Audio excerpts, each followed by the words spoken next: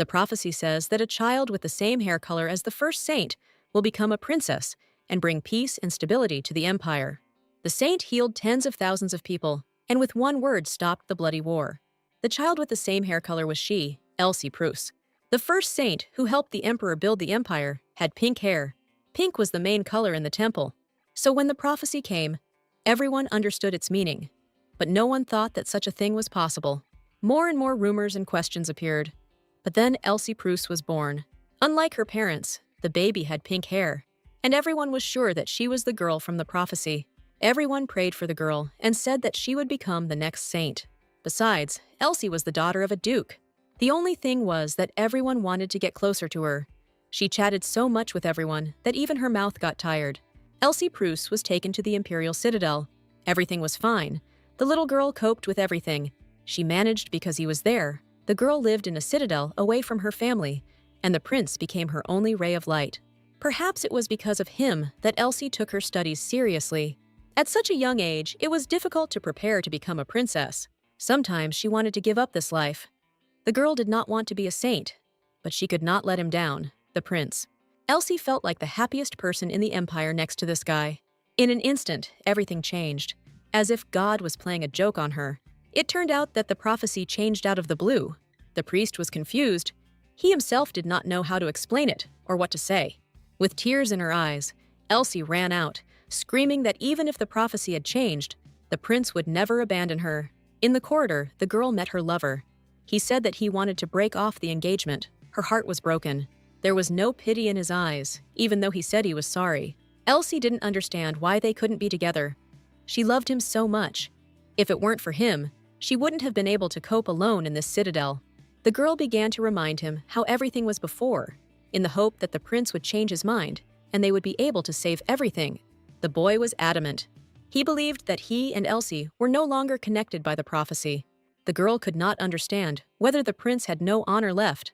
After all, they had been together for 18 years, and now he, without thinking, abandoned her because of the prophecy, like some kind of trash.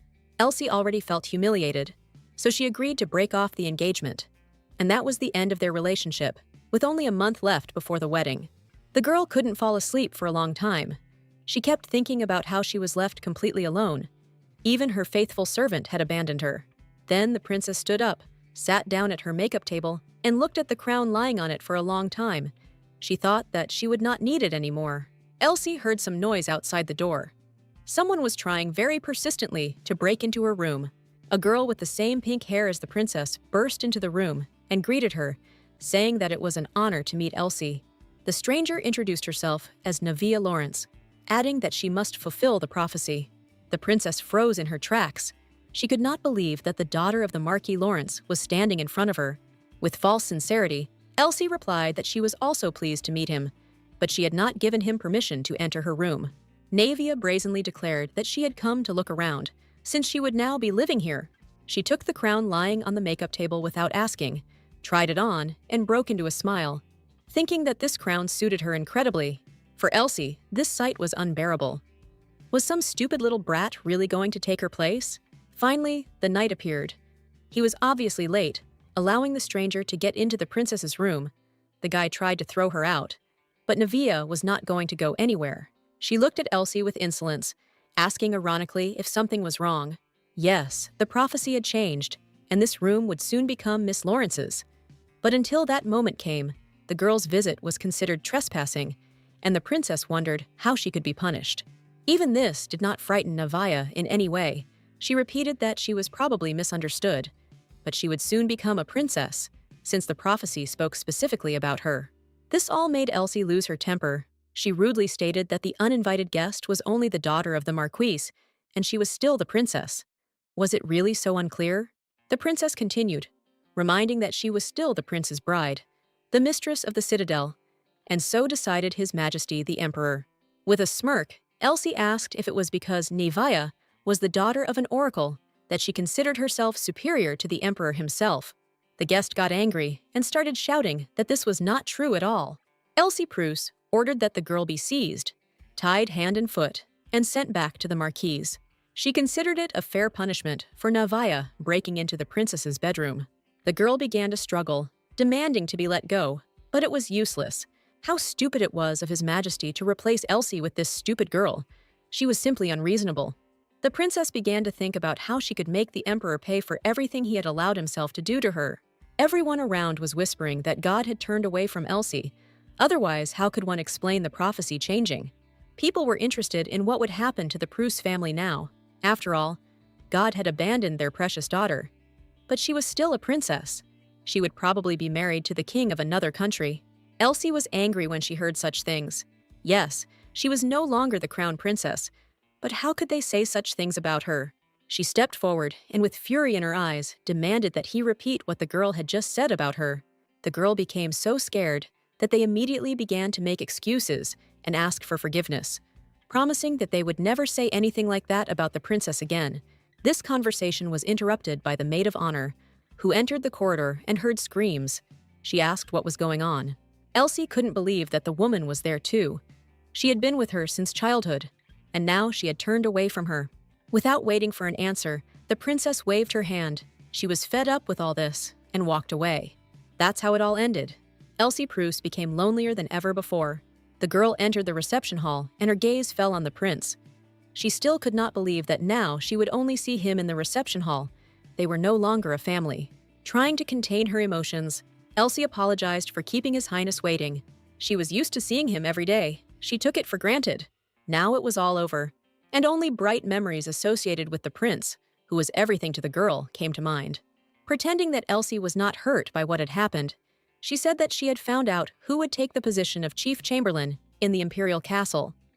The position had been inherited by the son of the former chamberlain.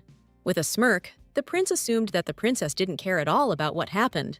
She didn't understand what kind of reaction they were expecting from her. A protest or something. If Elsie had known that tears would help her, she would have been crying from despair long ago. However, the girl decided to keep at least the remnants of her pride. In truth, the princess came to the reception hall not only for this. She had something else to say. She wanted to know when she should leave the castle. Since His Majesty had not said anything, it was probably up to the prince to decide. The prince seemed offended by this question, and he rose from the table and walked away, only telling Elsie to do as she wished. That evening, the girl sat in her room and read the notes she was going to give to the prince when he became emperor. She felt so hurt that it was unclear why she had tried so hard. Now everything had become meaningless. 8 years ago, the princess was learning to fight, which she didn't like and was bad at, when a prince came and told her not to force herself to do what she didn't want. His Majesty the Emperor believed that members of the imperial family should be able to stand up for themselves. The prince considered himself a good knight. He dealt with battles much better than with state affairs. The boy asked Elsie for permission to let him protect her. Taking the girl by the hand, he said that they would still go through life together, so he would always be able to protect her. The princess burned the notes she had so carefully kept, for now their paths had diverged. Opening the window, she saw a dove heading straight towards her, with a message tied to the bird's legs. As Elsie had thought, the letter was from her father, for he was the only one who addressed his letters in that way. The princess called Ash. The boy was a loyal servant of the knight's family, who was sent to the citadel without the knowledge of the duke himself. This guy was Elsie Pruss's blade. It turned out that the guy had been waiting for a long time for the princess to call him. She extended her hand to Ash, and he kissed it tenderly. The guy knew that the princess had called him for a reason, but that she needed help, and that was true. Elsie wanted Ash to spread a certain rumor. A rumor about Miss Lawrence. The Marquis of Lawrence had no money or influence other than his title. It's all because 3 generations ago, the Marquis's wife used weak people to remain beautiful. Elsie was going to play on this for a start, simply by spreading the rumor that the daughter of the Marquis of Lawrence was kidnapping beggar children. That would be enough for a start. In any case, Navia was the one who started it, saying that the princess was too wasteful, manipulating the servants. All of this was childish babble. Ash was loyal to the princess. He could not allow anyone to insult Elsie. Tears appeared in the boy's eyes. The girl guessed that this was his plan, so that everyone would think that she decided to scold him. Everything was exactly like this. Otherwise, people could suspect something. For Ash, it was convenient that he could cry at any moment. The princess was pleased with herself, and she expected nothing less from the guy. The girl made a promise to herself that she, Elsie Pruss, would make Navia Lawrence pay for daring to stand in the way of the only princess of peasantry. His Eminence was informed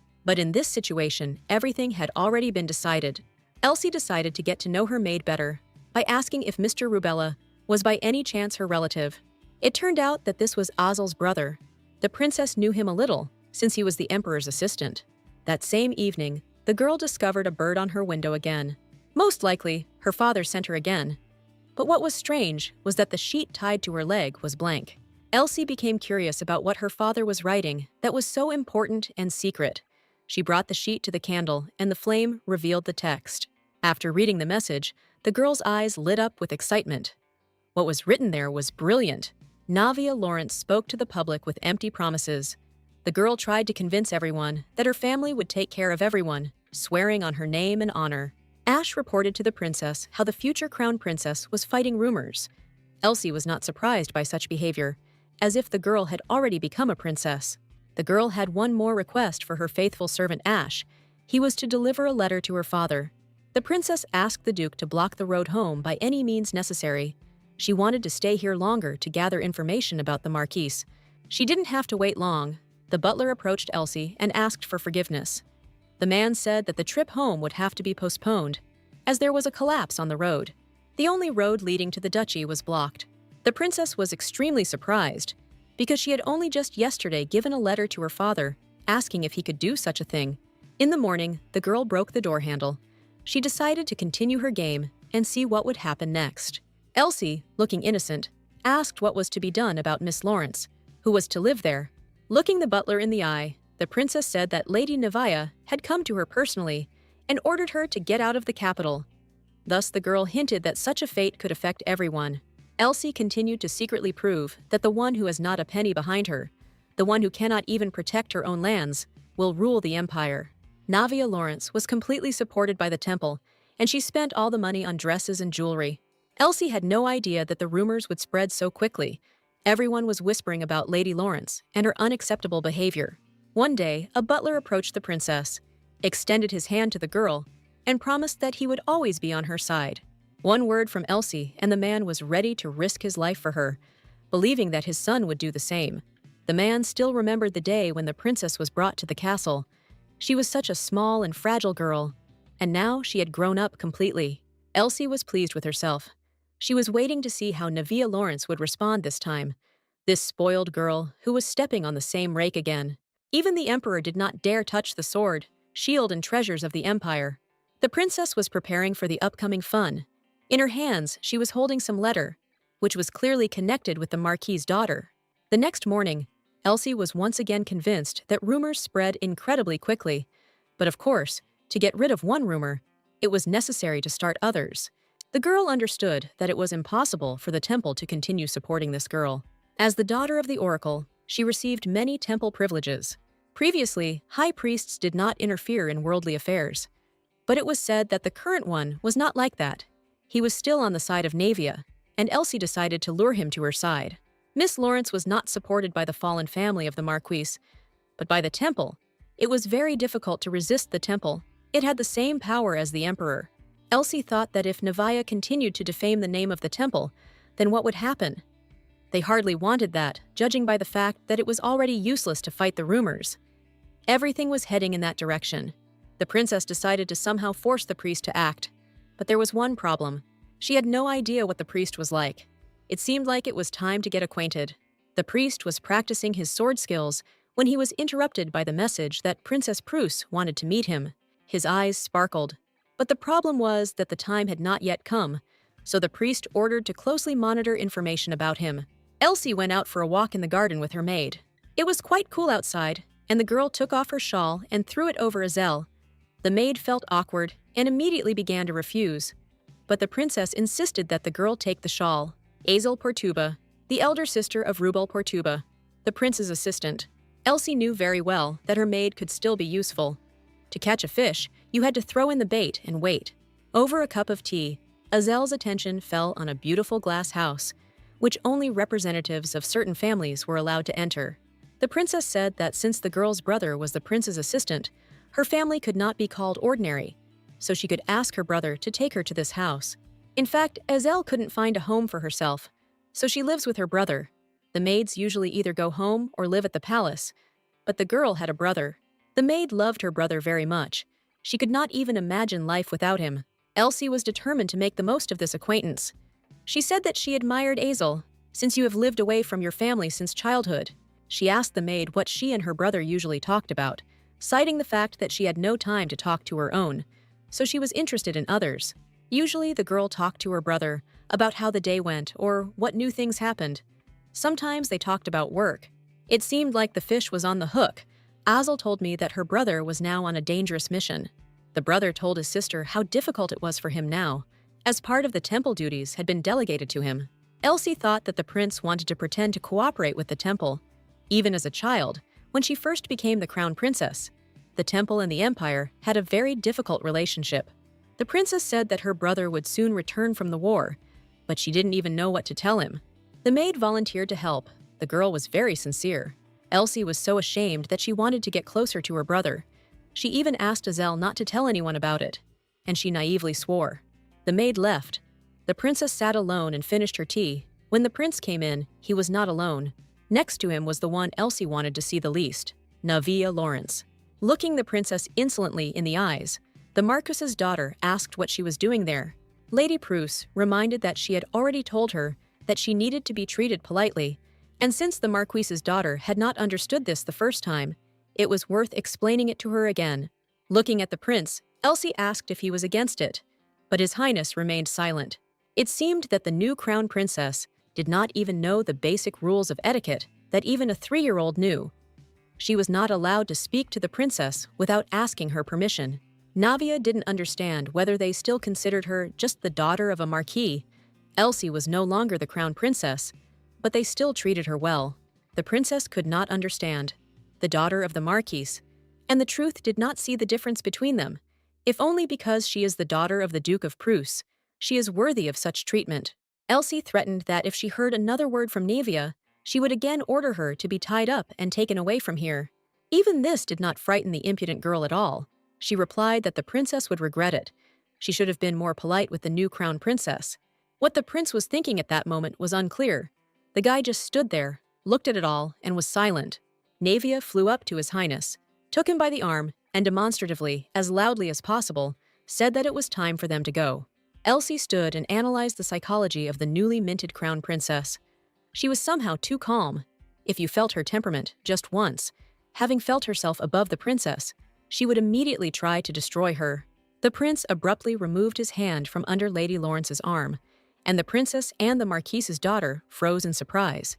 With a hint of rudeness in his voice, His Highness ordered the girl to go without him. With a displeased face, as if humiliated, Navia Lawrence left. The prince sat down at the table next to Elsie, but all his actions were performed in absolute silence. The girl was the first to speak, asking if he wanted to talk about anything. His Highness stood up abruptly, came closer to Elsie, and said that he had learned that the princess had been doing some very interesting things lately. The girl did not understand what exactly the prince meant. Was he really talking about her spreading rumors about the Marquis's daughter? His Highness's eyes were filled with anger, and he asked with a rude voice to stop all this immediately. He didn't explain to Elsie that she should stop, believing that the girl understood everything perfectly well. From his lips, it sounded not like a request, but like an order. Taking the princess gently by the chin, the prince said that this was all for her own good, since he only wished the best for her. Elsie abruptly pushed the boy's hand away, saying that he could warn her as much as he wanted. She once loved him madly. She loved him because he called her by name, for holding hands with her. Now that it was all in the past, Elsie told the prince that he himself knew perfectly well that the Prusse family would not allow those who went against them to live in peace. The girl simply followed the rules of her family. Getting up from the table, she asked His Highness to never call her by her name again. Now she was just Princess Prusse to him. Walking alone through the garden, the girl discovered that someone was watching her, as if waiting for her to enter a deserted place. This impudent girl had no lack of courage. Elsie knew perfectly well that she would do this. Navia began to smile falsely, saying that she would like to discuss something with the princess. The Marquis's daughter had heard that there had been various rumors circulating about her lately, and she knew very well that they were being spread by Elsie. The princess reminded that she was not the first to start this war. Navia suddenly laughed loudly. It turned out, if you believe her words, that it was not she who spread the rumors about Lady Prusse, but who it was, she does not know.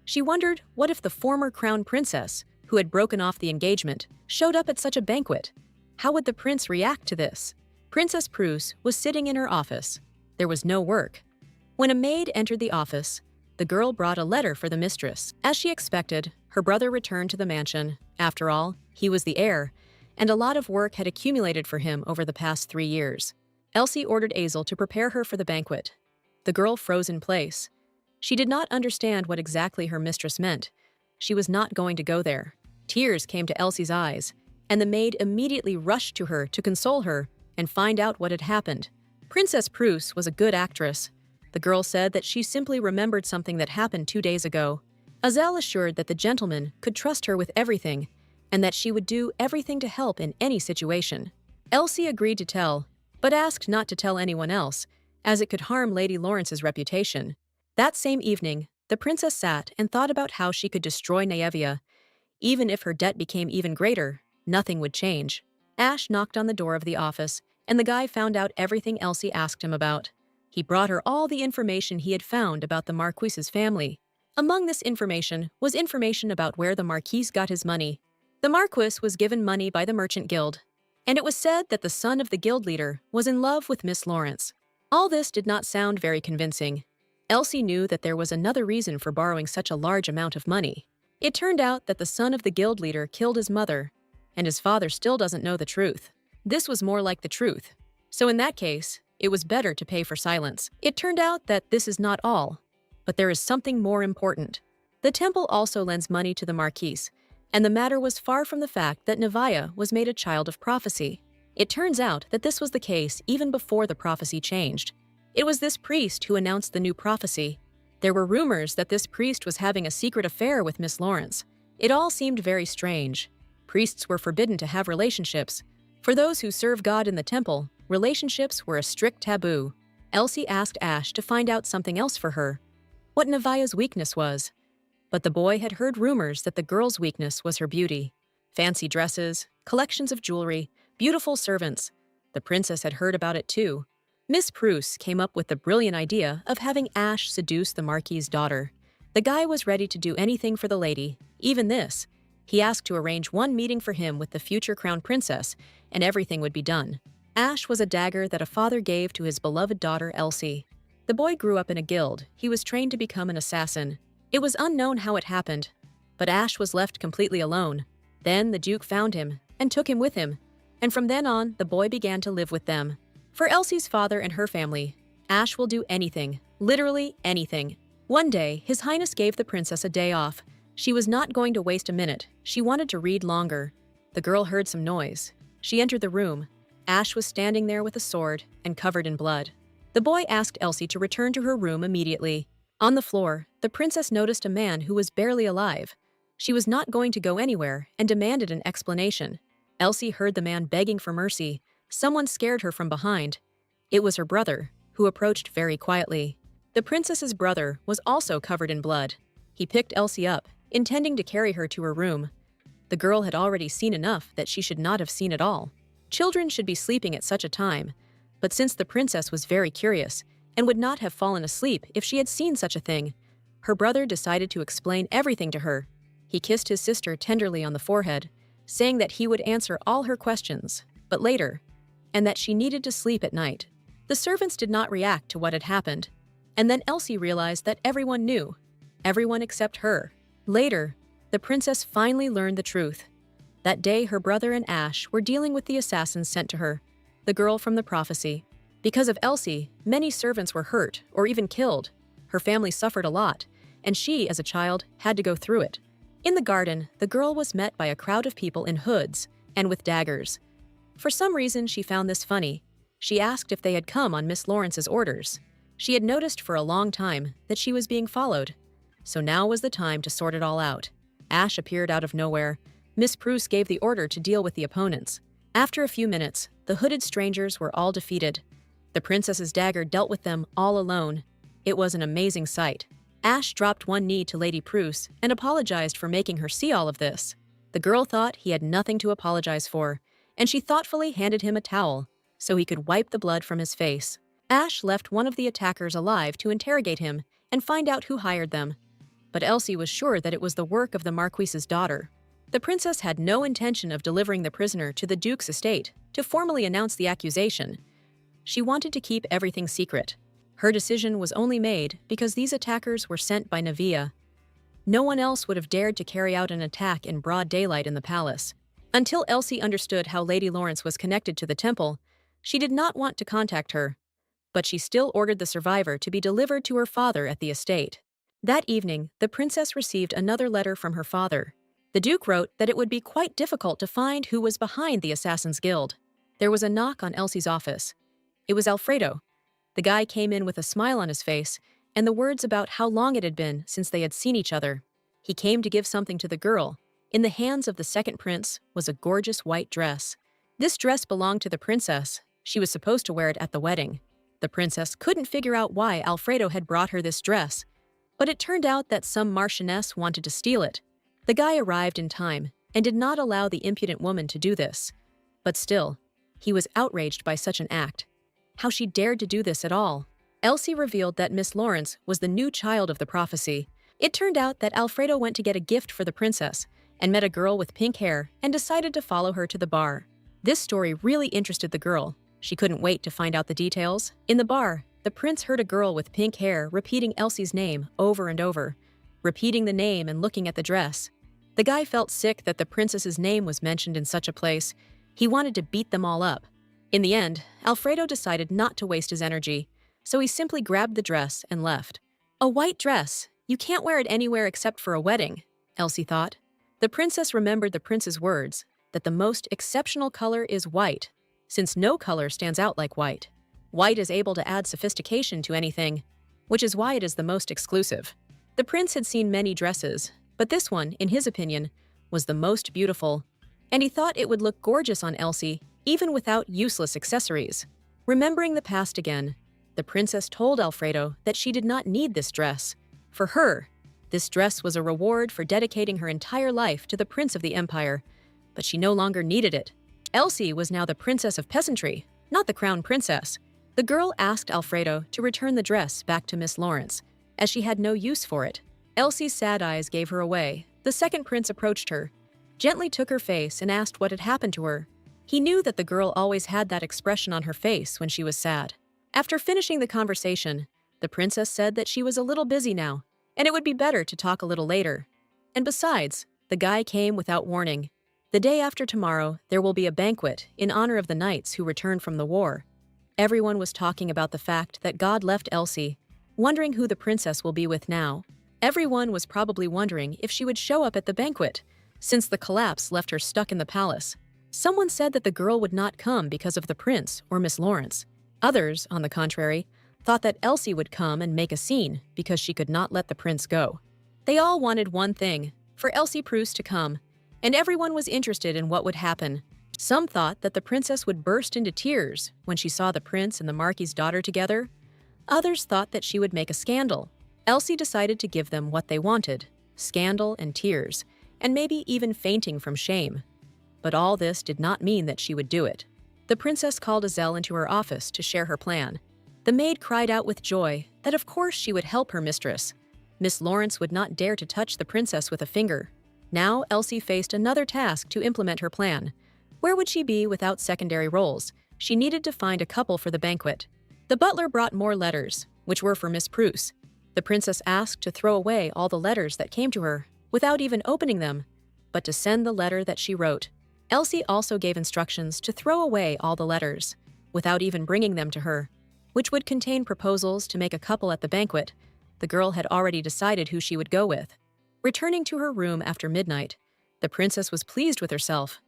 Everything she had done to Miss Lawrence up until then had been childish pranks. An incredible surprise awaited the future crown princess at the banquet. The next morning, preparations for the banquet were in full swing. If the banquet takes place in the palace, then Elsie won't have to do anything special. She won't have to starve herself or stuff her clothes with cotton. The princess simply had to prepare a performance. Behind the barn, the girl overheard the conversation of the Marquis's daughter as she scolded the guy. This poor man ended up with her brooch.